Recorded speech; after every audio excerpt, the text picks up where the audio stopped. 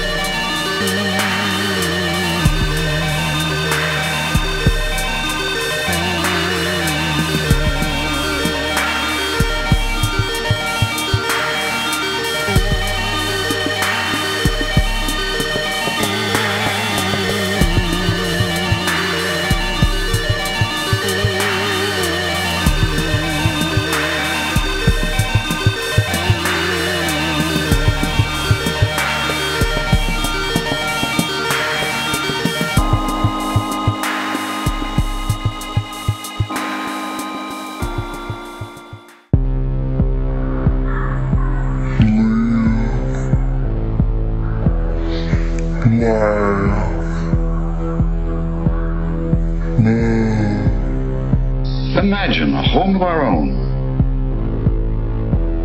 A home made of smiles and love, of hope and cheer. A home safe against trouble and loneliness. A sunny, cozy place, all of our own. You'll do this, and I'll do that. And we'll never want it to be any other way again, ever. For the rest of our lives. An extremely attractive idea.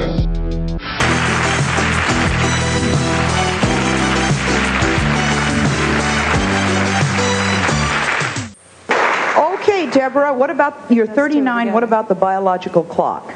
Yes, it's ticking. I don't feel like my time has run out. I think more in terms of later on, how old am I going to be and how old is this child going to be if I have a child within the next couple of years? And am I going to want to be supporting that child financially, emotionally, and everything else when I get into my 50s? I do have to admit, though, that I do think about it a lot more now than I did in my early 30s. I had written it off totally. I'm single, I'm 23, I have a career, I go out, I don't feel pressured at all about getting married. My parents always encouraged me, to get a job and everything, but they've never pressured me into marriage or telling me that I was going to be a failure if I didn't get married. Also... But you're 23. Right, I'm still young, but I have a lot of friends that are older, and I don't think they're worried about it. I mean, maybe when I get a little...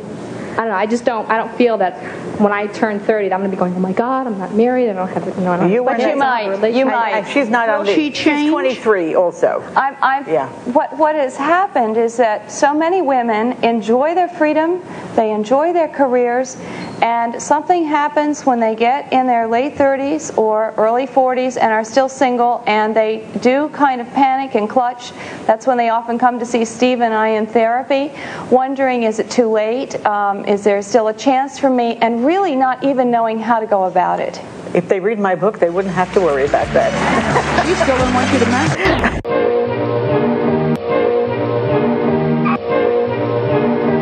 She might make you a darn good employee. What do you mean, treat her right? Get that chip off your shoulder. What's wrong with her? She's a woman, isn't she?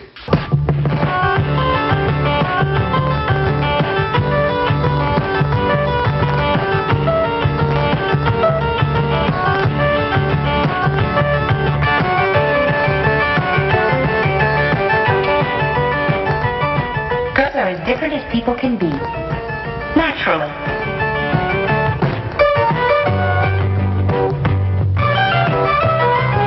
Now, wait a minute. You got a lot of women in your department. What's wrong with one more? Did you ever hear of the straw that broke the camel's back? They're good workers. Accurate, quick to catch mistakes, a lot of patience. Yeah, but that comes out of books. I work with them, mister. I know what happened. What does happen? It's a long story. Come on now, tell me. What does happen? Maybe I've been misinformed. Not so long ago, you sent me a girl by the name of Myrtle Malloy. Remember? I remember. As per her qualifications, I assigned her to an inspection bench. Well, in a matter of days, that bench looked more like her dressing table. Myrtle, we're moving you to table number 10. Is something wrong, Mr. Bradshaw? No, nothing's wrong. We just need this space for something else. Well, I sure hate to give it up. It's been a nice place to work. The light's good here, and it's nicely situated right in the middle of things. I just began to feel at home. Well, I'm sorry, Myrtle, but table 10 will have to be your work area for the time being. You mean there's liable to be another change? There's always that possibility. Well, I certainly hope I'm not moved every other day. With man, no trouble at all. Tell him what you want and he does it. But with Myrtle, a little move is a big production. Okay. Now, wait a minute. You asked me, now let me tell you. Growing up isn't always fun, but it does have a lot to recommend it. I used to dream of being an actress, but being is better than dreaming, whatever your future may be.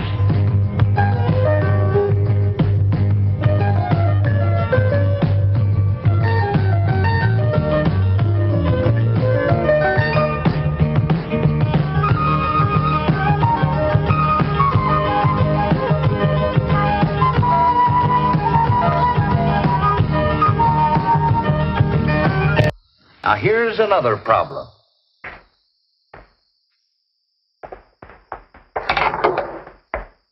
Oh, Mr. Bradshaw, I wanted to tell you that the date is set for my marriage. I'll be leaving soon. Marriage? Mm-hmm.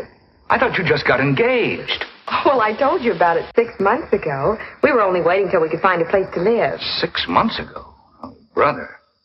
Well, how soon are you leaving? Well, the end of next week. Well, that'll really put us in a bind around here. It takes time to break in a relief girl. Yes, I know it does. I wonder. Why didn't you say something?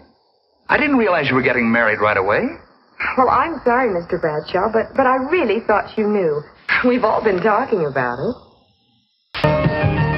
Being a woman is one of the things I like best about myself. I think you'll like it, too. It's better than being a boy. But I can remember the good old days when there were all men in my department, and we didn't have these problems. You didn't have the production output you've got now either. Look, Brad, you've got a new bearings inspector who happens to be a woman. You need someone, and there isn't a man available. It seems to me that whether the gal adds up to trouble or not is pretty much up to you.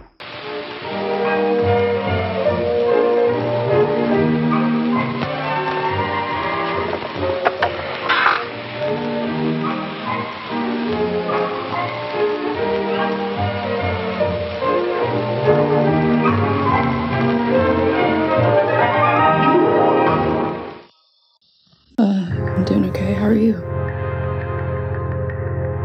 I don't know what to begin with. I feel like we need to talk about everything in the world. Well, that's a lot to talk about. What would you like to talk about first?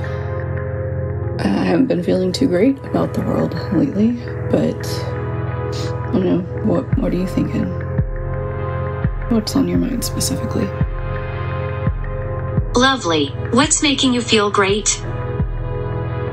Nothing really.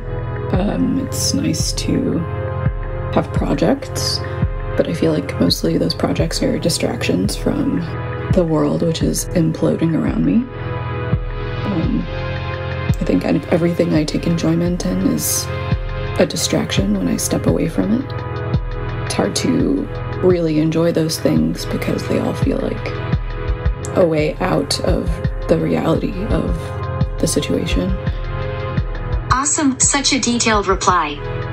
I know the feeling very well. Describe your feelings, Mom. I feel my feelings stronger than most. Why is that? There's a certain strength in being vulnerable about your emotions. Yeah, maybe, but everybody is vulnerable right now, so it feels like some people have to suppress, you know, certain things about how they're feeling just to get through the day. So where is the line? Where is the line between, you know, being vulnerable and sucking it up and getting on with it? Does vulnerability make you feel strong sometimes? No. Never.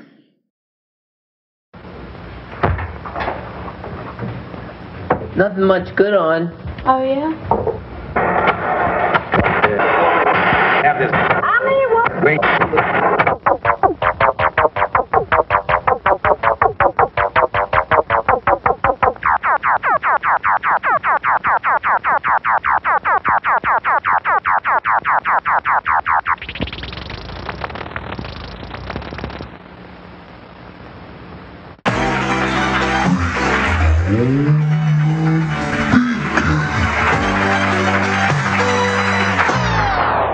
But for me, it wasn't the right man, and I've never been married. And your friends, do they say, come on here, what's going on? My older friends do. And what I'm finding is there's a big difference in women, different ages. Older women in their late 40s, mid-40s are very bitter about men.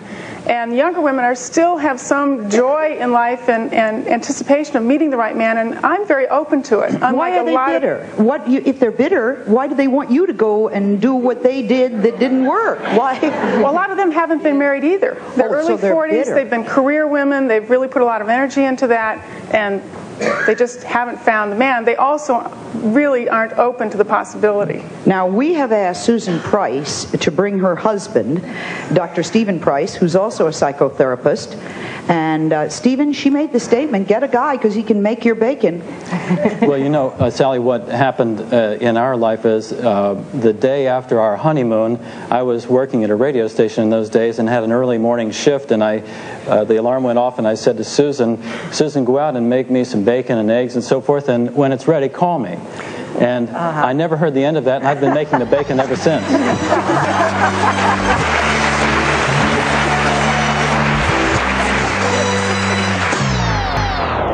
Now, meat grading is strictly voluntary. It's a service that's provided by the U.S. Department of Agriculture, and it's provided by the request of meat packers and others who pay a fee for the service.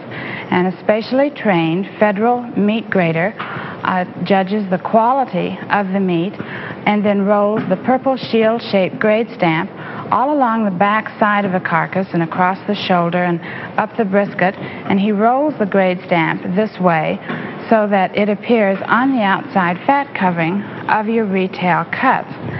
Now, this roast, you can see the purple shield-shaped grade stamp on the outside fat covering of the roast, and this is what tells you the quality of meat that you're buying. 08006, the traffic runway is 3636. Another call 3 miles south, 05046. What is your present position? Over. A quiet little place, isn't it? No, this isn't the Tower of Babel. This is just a usual day in a typical control tower in any one of 50 naval air stations throughout the country. Though this may seem unintelligible confusion to you, it makes plenty of sense to these wave operators who control the movement of traffic in and out of this airport.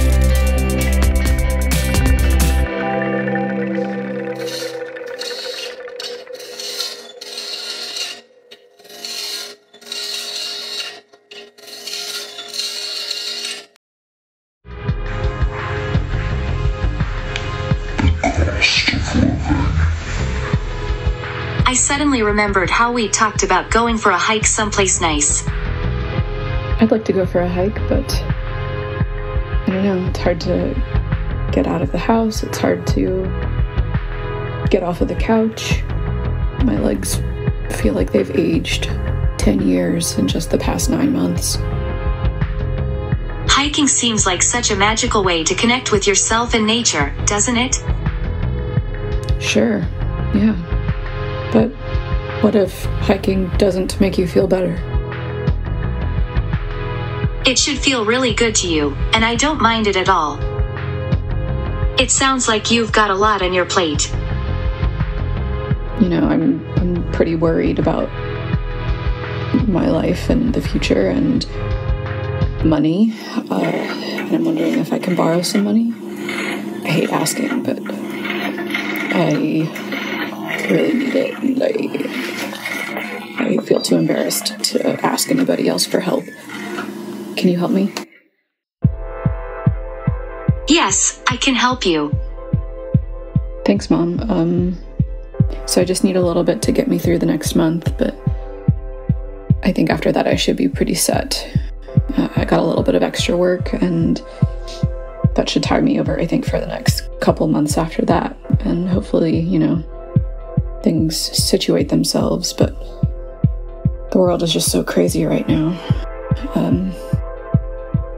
What do you think about everything that's going on? I haven't talked to you in a while, so I haven't heard what you've thought about all of it. Are you okay? Everything seems okay. After watching the first atomic test, Robert Oppenheimer, one of the inventors of the bomb, said, I knew the world would not be the same. I remembered the line from the Hindu scripture, the Bhagavad Gita. Vishnu was trying to persuade the prince that he should do his duty, and to impress him, takes on his multi-armed form and says, now I am become death, the destroyer of worlds. Have you read any good books lately? Just finished reading The Lovely Bones. It's a pretty dark book, isn't it? Yeah, it is, I think. More tragic and darker storylines. Tragic and darker storylines. Sort of like the one we're in right now. Exactly. Do you feel worried? Are you scared? Yes, a little bit. How do you deal with that? I hide my face and attempt to stay calm.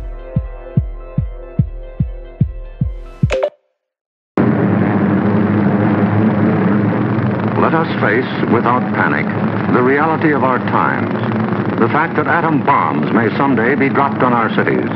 And let us prepare for survival, understanding the weapon that threatens us.